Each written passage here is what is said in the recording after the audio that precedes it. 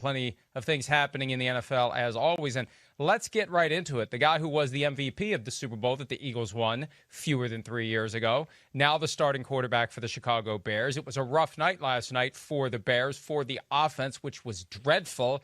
They had a chance to win the game. Theoretically, they had the ball. They had about a minute.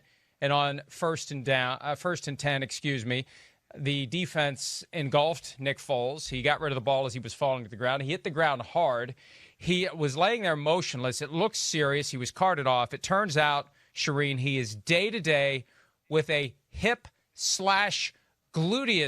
injury, which, in layman's terms, he broke his ass, potentially, although it may not be broken. It's day-to-day. Now, I fell down the steps last Christmas Day, what a present that was, and broke my ass. So I know how it feels to be day-to-day walking around with a broken butt. But Foles, it could have been worse. It looked like his back. It looked like his shoulder. Day-to-day, and they have a bye week. There's optimism, Charean. He'll be good to go when they come out of the bye. And basically the season's on the line when they go to Green Bay next Sunday night, Thanksgiving weekend, to take on the Packers. Yeah, when I saw that, Mike, I thought it was serious, or more serious than what it has turned out to be. I mean, I thought this might be a season-ending thing, and they are very fortunate. Nick Foles is very fortunate that that's all it is. And when I say that's all it is, football players, and I tweeted this the other day, football players by definition are tough, and don't ever question the toughness of a football player. They play through a lot of stuff, and when you hear turf toe, when you hear hip flexor, when you hear any of those things, they hurt, and those guys play through those injuries, and it is amazing when they get back on the field, and he's going to be in a lot of pain. I don't think there's any doubt about that. They'll shoot him up the best they can when he does get back out there. But these guys are tough, and he's tough, and this isn't the last, fortunately, that we've seen of Nick Foles this year. I remember the first time I ever heard the turf toe diagnosis. It was Franco Harris in the 70s, and I remember thinking, that really doesn't sound bad, turf toe. Like, okay, like, walk it off and you'll be fine. But yeah, extremely painful because it's your big toe. It's your toe on which you push off, and it gets all the force of your body as you run away. And Foles is completely fearless when it comes to standing in the pocket and taking whatever comes his way.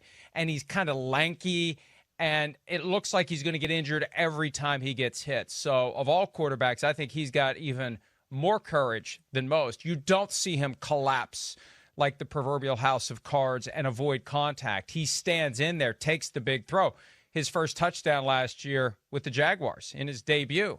He got hit hard as he let go of the ball and had a broken collarbone and missed several weeks. So he's fearless to a fault. And, we're not doubting that at all. Now, the question becomes, given how bad this team suddenly is, they were 5-1 before hitting their current 4-game losing streak, culminating in last night's loss to the Vikings, where the offense really was abysmal. They got to a point where they're just giving it to Cordell Patterson on every play because he seemed to be the only one who was trying hard late in the game. Should they stick with Foles, or if Mitchell Trubisky's shoulder is healed in 12 days, go back to him, Charean? Well, I've said a lot, Mike. You and I kind of sort of disagree on Nick Foles, that he is one of the best backups in my mind with Earl Morrall in NFL history, but he's not a starting quarterback, and he's never started more than 11 games in a season. And I think he's a really good backup. And the stats bear it. I mean, he's got an 81 passer rating, which is ahead of only the likes of Cam Newton, Dwayne Haskins, Daniel Jones, Carson Wentz. I mean, you get the idea. It's not very good. He's 27th in the NFL. He has not played very well. The team is 2-5 with him as a quarterback. Now, having said all that, I don't know that they're any better off with Mitchell Trubisky. They were 3-0 with him, but I think they've got a quarterback problem, frankly, in Chicago. I don't know that it matters who they play. I don't know that it makes a difference, but they've got to address the quarterback position at the end of the year. Yeah, and it's silly for me to think that this would be a perfect opportunity to bring in Colin Kaepernick and give him a shot when Week 12 rolls around. I remember vividly the way that Colin Kaepernick bedeviled the Green Bay Packers when he was with the San Francisco 49ers way back when. A game in Lambeau Field in the postseason where he beat them. And then there was a game in San Francisco where he set the postseason record for quarterback rushing in a single game. But it's not going to happen. It's not going to happen. Even though it should, even though he'd be a better option right now than Foles or Trubisky, it's not going to happen. And I'm starting to come around on Foles. I hate to say it because I love a great story. And nothing would be better than Foles playing on a regular basis like he did that year that it all fell together. But I think for him, it's kind of a Tebow mania, kind of a Slumdog Millionaire, where the planets line up just right and it all falls together just perfectly once in 100 years, and it does it for him in the playoffs. Like there's something that comes over him. And one of the reasons why I'm starting to agree with you, last night, they get the turnover on the first drive. Kyle Rudolph fumbles, loses a fumble for the first time in his career. And what does Nick Foles do? He's got a wide open guy with the proverbial Red Sea parted in front of him. Nothing to get in his way. And he's got Anthony Miller wide open, and he misses him. And the ball pops up in the air, and Harrison Smith intercepts it. So, you can't just turn that on when the season's on the line, when you're in single elimination. You got to be that way all the time.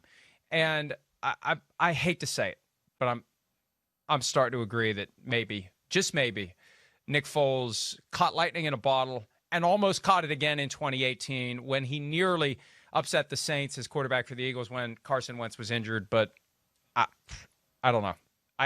That's my convoluted way of saying you may be right and I may be wrong. Hey, I won that one, maybe. Yeah. But I would love to see. I'm like you.